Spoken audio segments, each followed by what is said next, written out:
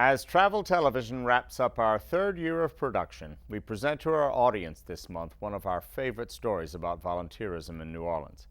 Looking at either small organizations or large, everyone giving their time to help rebuild felt something universal, a sense that helping had changed their lives forever.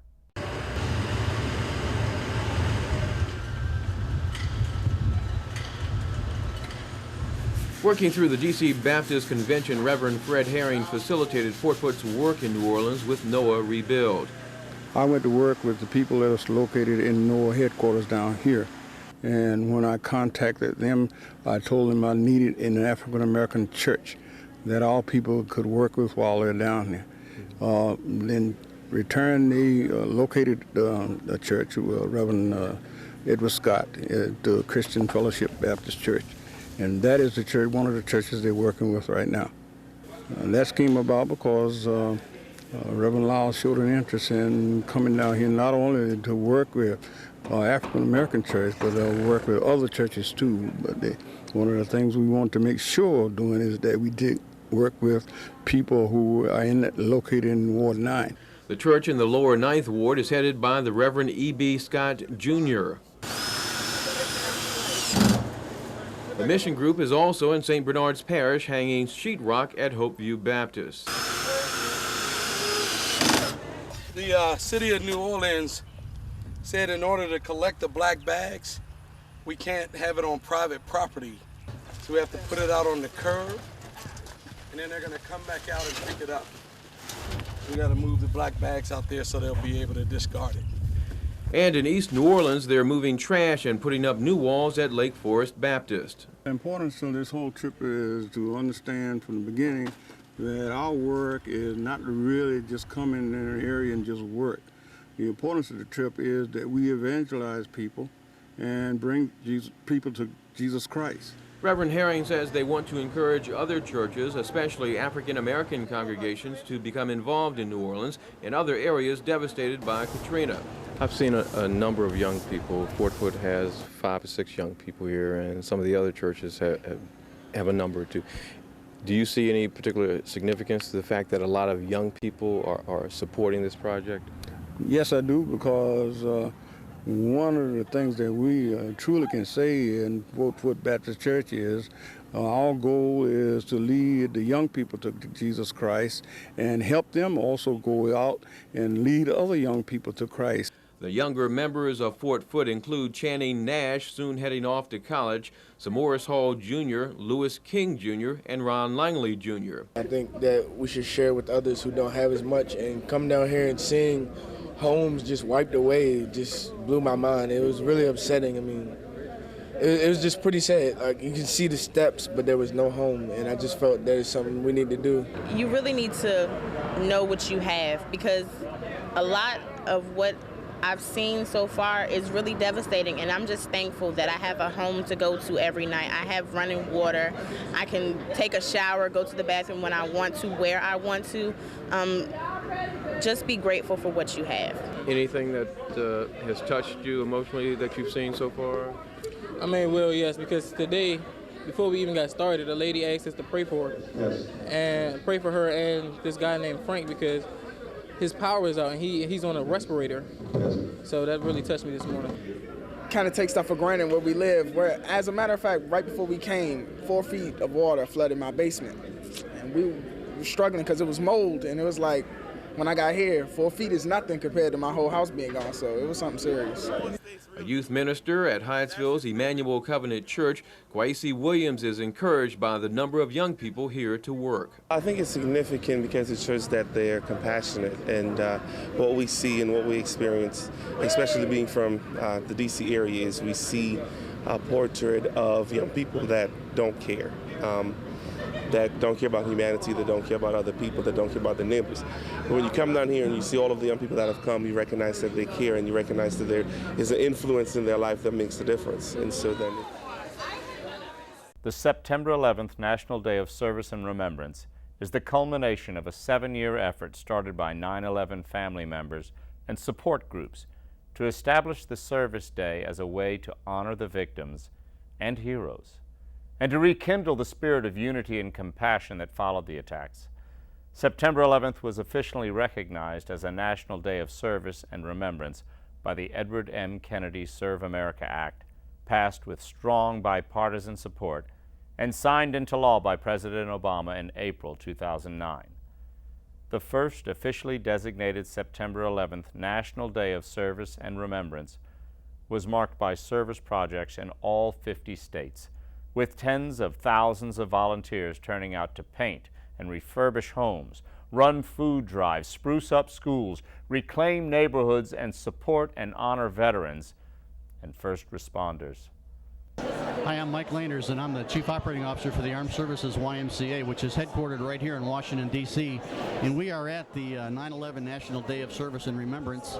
And it's the final day of the event that's culminated in all of these volunteer projects across the country on this special day that we celebrate 8 years after the tragic events of 9/11. We're at the RFK Stadium here in Washington, D.C., and we have about 250 volunteers from all over the country, from many corporate organizations, and they're all here today to build these quilts, which we're going to present to the children of deployed moms and dads in all the services as a remembrance for the entire time that they're deployed. And this is a great opportunity for any volunteers who travel around the country to visit any military organization, because the Armed Services YMCA is represented in almost every state. We had 6,000 volunteers last year, which helped us do 6,000 of these quilts. So if you're ever traveling around the country and you're near a military installation, look up the Armed Services YMCA and we'll put you to work.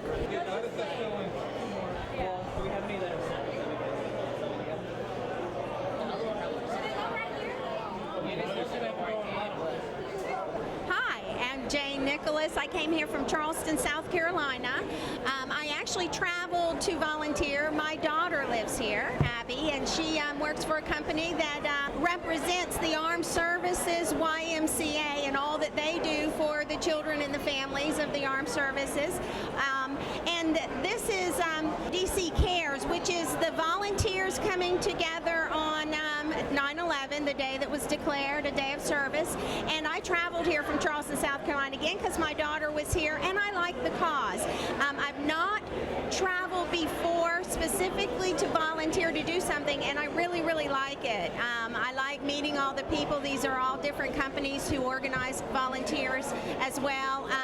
And I guess I'm kind of unique because I'm not with one of the companies, volunteers, but I did go around and find out that one didn't have a sewer, and so I'm volunteering to operate the sewing machine. And I would do this again. I would travel again, and not necessarily because a family member is there organizing it, but because I kind of like it now. And we'll be here for a few hours, and so I would love to participate again next year. Beth Whitman has traveled for over 2 decades around the globe, both solo and with women's groups. She's preferred to travel to the developing world, where she's met warm people and visited local markets. Beth has published 2 books, and she is a regular contributor to several blogs and websites from her hometown in Seattle. Travel Television recently spoke to Beth about her love of travel. Hi, welcome to Travel Television once again. I've caught up with Beth Whitman here at the Washington, D.C. Convention Center Adventures and Travel Expo. Beth, welcome to D.C. Oh, thank you very much. All right, so now you write for Transitions Abroad currently, right? I do. I'm the women's travel columnist for Transitions Abroad. Terrific, and that has given you occasion to write a couple of books, I hear. Well, absolutely. Actually, the books came before the work with Transitions Abroad, okay. But I'm the author of the Wanderlust and Lipstick Guides for Women Travelers, and I've got a website, wanderlustandlipstick.com. Wanderlustandlipstick.com. That's really priceless. Yeah, isn't that great? Well done. And the whole idea is to really encourage women to get out and travel and see the world, and just really kind of think out of the box and be a little bit more bold about their travels. Mm-hmm. Now, I also learned that you've been to Vietnam in a volunteer capacity, Absolutely, correct? Yeah. I first traveled to Vietnam back in the early 90s. And I fell in love with the country and the people. And upon that first landing, I didn't want to leave the country. So I just kind of searched around in some unofficial capacities and started volunteering, just teaching English there. And I stayed for a couple of months and just really loved it. And since then, I've had lots of opportunities to go back in varying ways to volunteer there. Really? Again, teaching English? No, actually, I got involved with a Sister City organization in Seattle. We have a Sister City relationship with Haiphong, which is up in the north. And I went back, I volunteered with some orphanages, did some donations, just providing donations with the orphanages, and just kind of checked in on them every 6 months to a year. And then I actually helped raise funds to build a playground for that orphanage as well. We'd worked with the ambassador, Pete Peterson, who was the ambassador to Vietnam at the time, and created this great playground for the kids. Beth, you're terrific. Oh, it's been a lot of fun, and the Vietnamese people are so dear to me. I just love them. That everything kind of grew organically out of that to want to help them. Any plans to go back? Oh, I always have plans to go back. Not in the real near future, but I'm always looking at opportunities, maybe in the next couple of years or so, to get back there. Do you speak the language? Moktu. That must mean a little bit. That's all it means. Yeah, that is, and that's about all I can say. Okay. Once I get back there, it starts to come back a little bit, and I can say hello and thank you and goodbye, and that's about it. Right. And Happy New Year, and that's about it.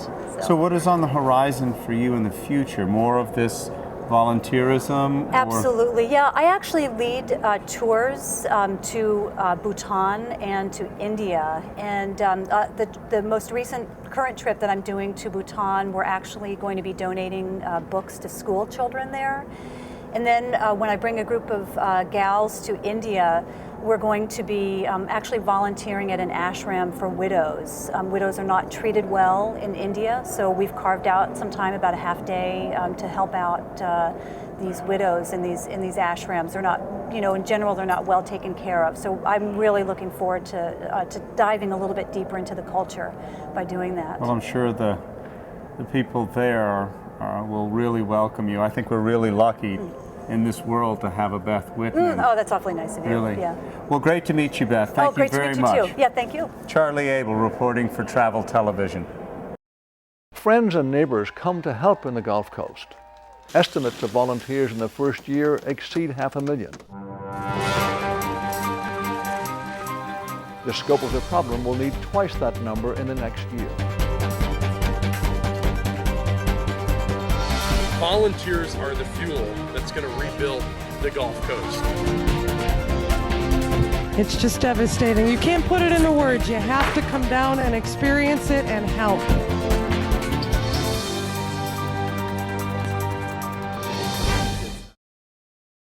Hi, I'm Kevin Mayberry here with Travel Television, and I am here joined by Andy Bassett, the marketing representative of National Outdoor Leadership School, or NOLS, as it's known. So NOLS was founded in 1965 by a gentleman by the name of Paul Petzold.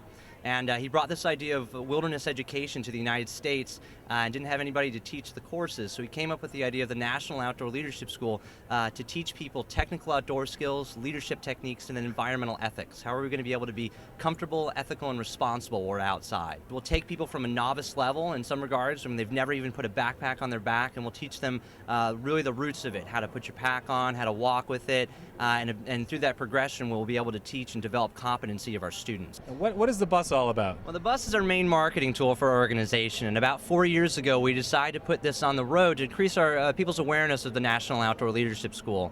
But we felt that we should do it in a way that's a little bit more renewable. So our bus actually runs on recycled vegetable oil, so waste oil from restaurants. It also runs on solar energy. So we have 8 solar panels that are on the roof that will power everything that's not street legal. So your horn, your taillights, that has to run off your alternator, but everything else on our bus runs on solar power. We're the co-founders of the Leave No Trace theory, this idea of minimizing your impact while you're outside and really preserving the wilderness, which is our classroom.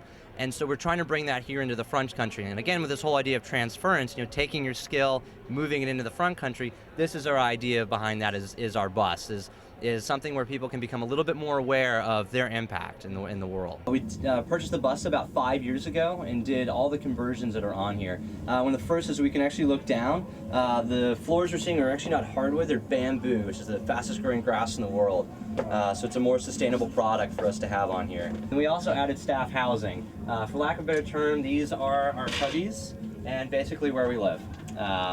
So I'm in my late 20s and I have a cubby again. Wow. Everything I own for the bus is actually in here, which is is kind of fun. Usually have stickers of everywhere we're going. I guess it adds to the flair of the bus.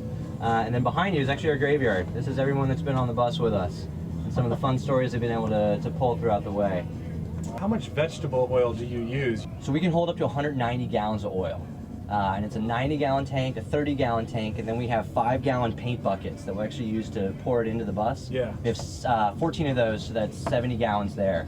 We average about 7 miles to the gallon on vegetable oil. But we look at around 8 to the miles to the gallon on diesel, and she's a 30,000-pound bus. Right. It's quite a lot of machinery to move. So we've been on a tour for the past 4 years. We've done 110,000 miles and been to all the continental 48 states. And so she's just constantly moving around. And about once a week, we'll actually take time off to what we call grease. And so we'll go to restaurants, we'll put on clothes that we can get dirty, and we'll literally hand pull each gallon of oil out of these grease traps and then put it into the bus. And the oil literally just goes through a couple of layers of filtration, which is just furnace filters that you use in home heating. And that's all we really have to do in order to run it in the bus. That's amazing. Yeah, it's pretty interesting. Let's walk back here a little. Well, the first thing we can probably look at on the way down is this is kind of our wall of fame. This is our family photo album. These are all Knowles alumni that have come by the bus and given us pictures. A really fun picture is actually up here. This is taken in 1982 in Alaska. And above you can read there's a name, John Gans. That is our executive director.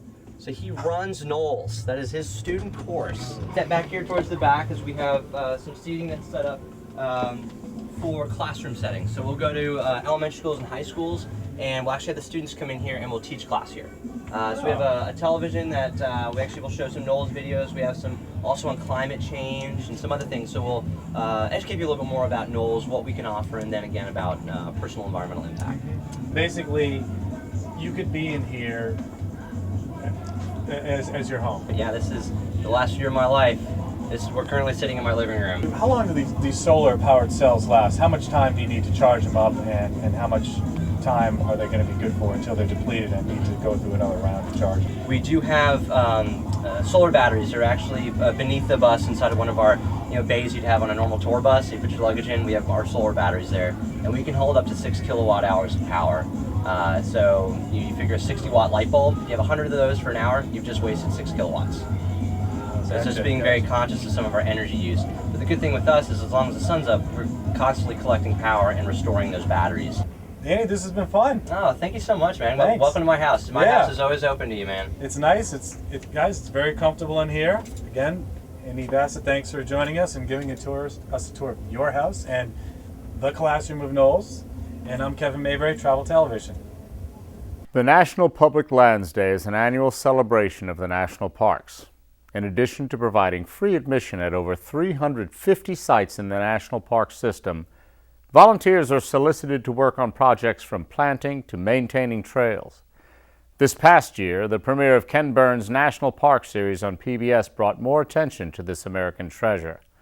We sat down with the National Park Service staff who assigned park management staff, tour guides, and support for the thousands of miles of trails and public lands.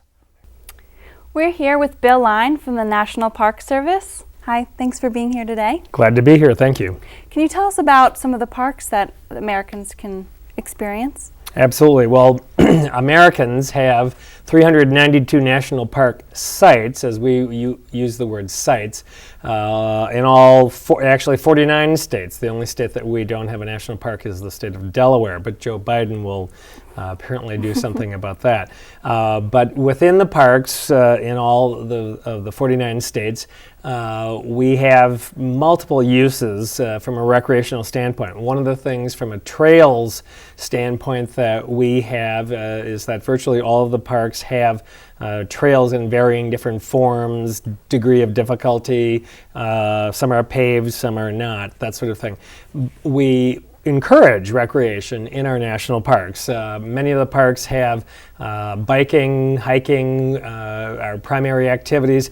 In parks in which we are in the northern climes during the winter months, often in certain situations in certain parks, a number of parks will allow cross-country skiing within the park. So plenty of ways in which to get active recreation and to burn some calories while you're learning something about a national park.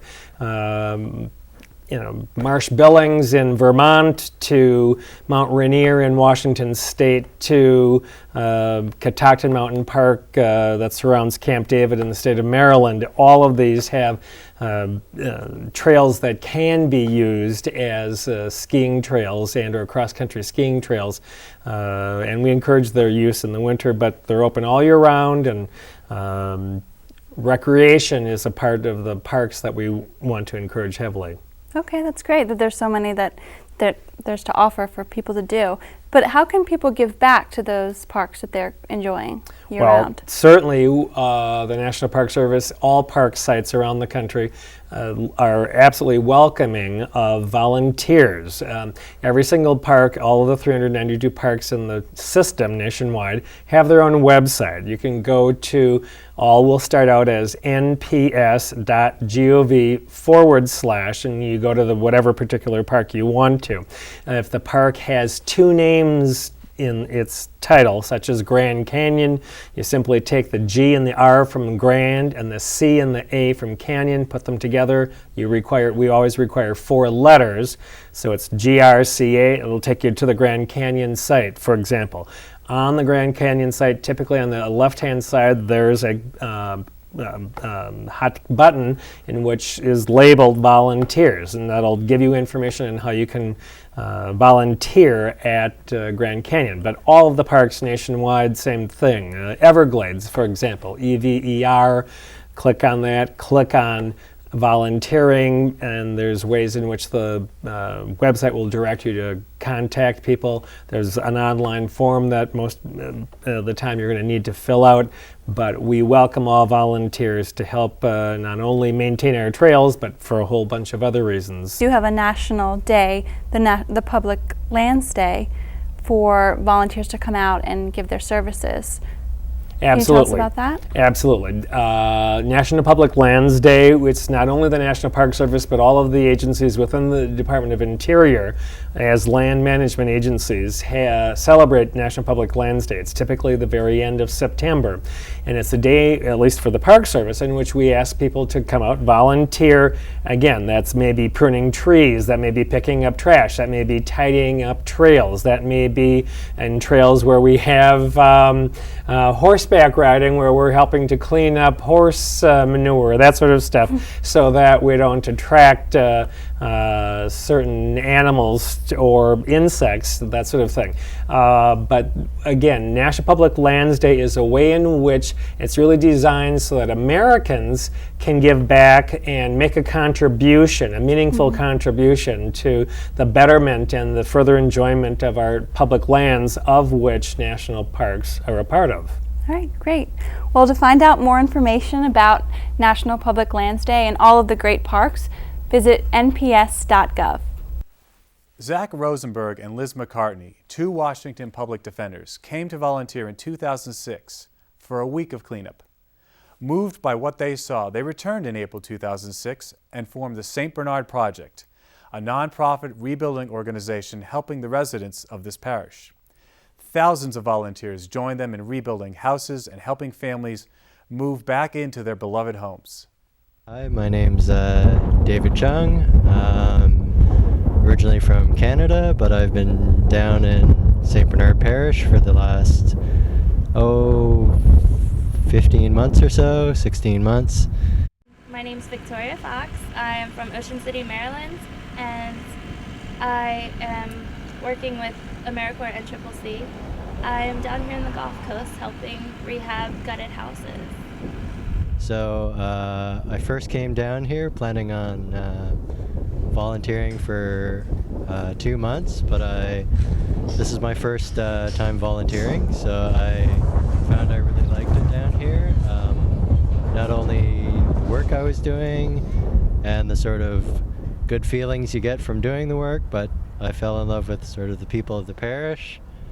Sort of a small town feel. There's lots of extended families here, so you get to meet not only maybe the people who you're helping at the moment, but you meet their fathers, mothers, brothers, sisters, cousins, nieces, nephews, all sorts of people.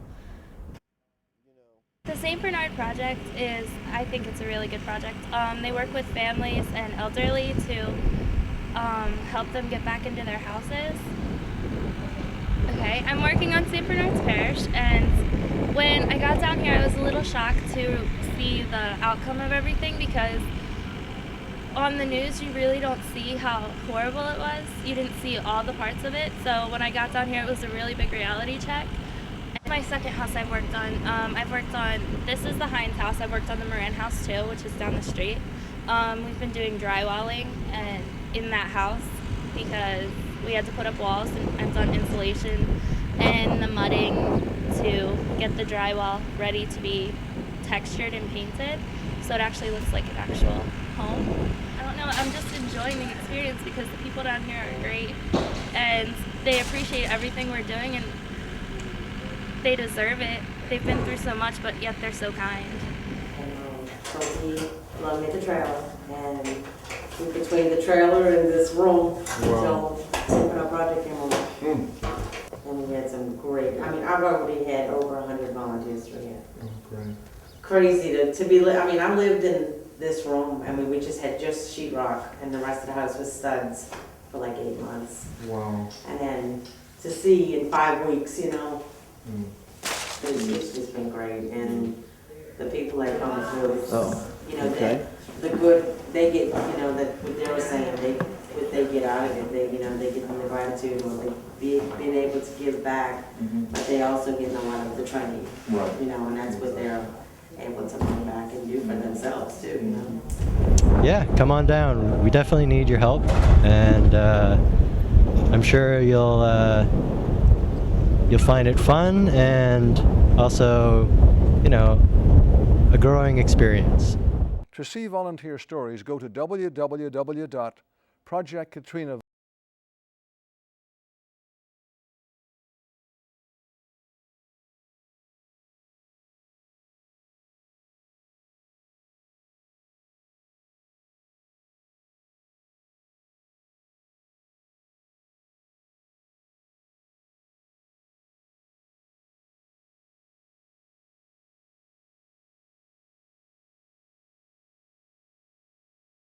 Friends and neighbors come to help in the Gulf Coast. Estimates of volunteers in the first year exceed 500,000. The scope of the problem will need twice that number in the next year. Volunteers are the fuel that's going to rebuild the Gulf Coast. It's just devastating. You can't put it into words. You have to come down and experience it and help.